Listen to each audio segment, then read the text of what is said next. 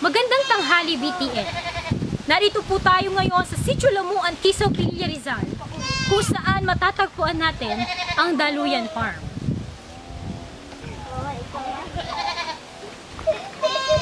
Makikilala po natin ngayon ang nag-aalaga, nagpapakain sa mga kambing ng 24 oras, si May Irene. Pakikaway naman po sa camera.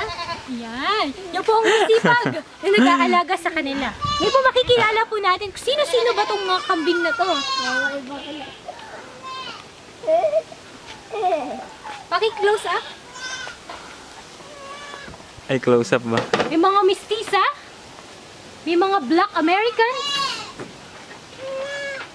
Yan. May mga mukhang Pilipino. Purong Pilipino.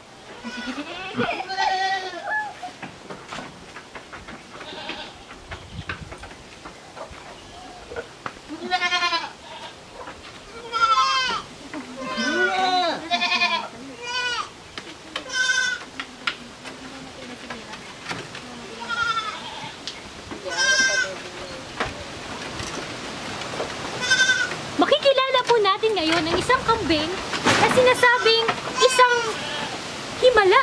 Kaya siya pinangalan ng Mira. From the word miracle.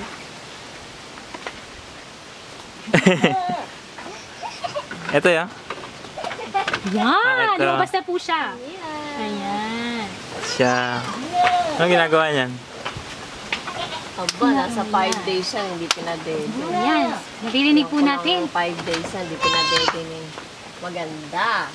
Tapos binote namin yan. Oh, binuti. Pero Binote. ano, gatas din ng nanay. Gatas niya. Gatas din ito. Gatas din pala ng nanay. Saan pa Hindi yung... galing sa dodo ng cow.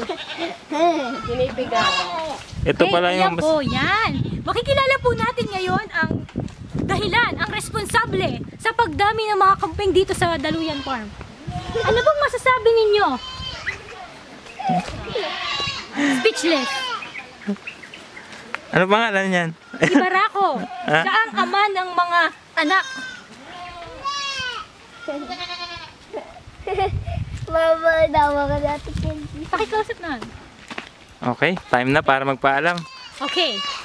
Sa susunod po, muli niyo pong abangan ang kontinuasyon ng aming pagbabalita.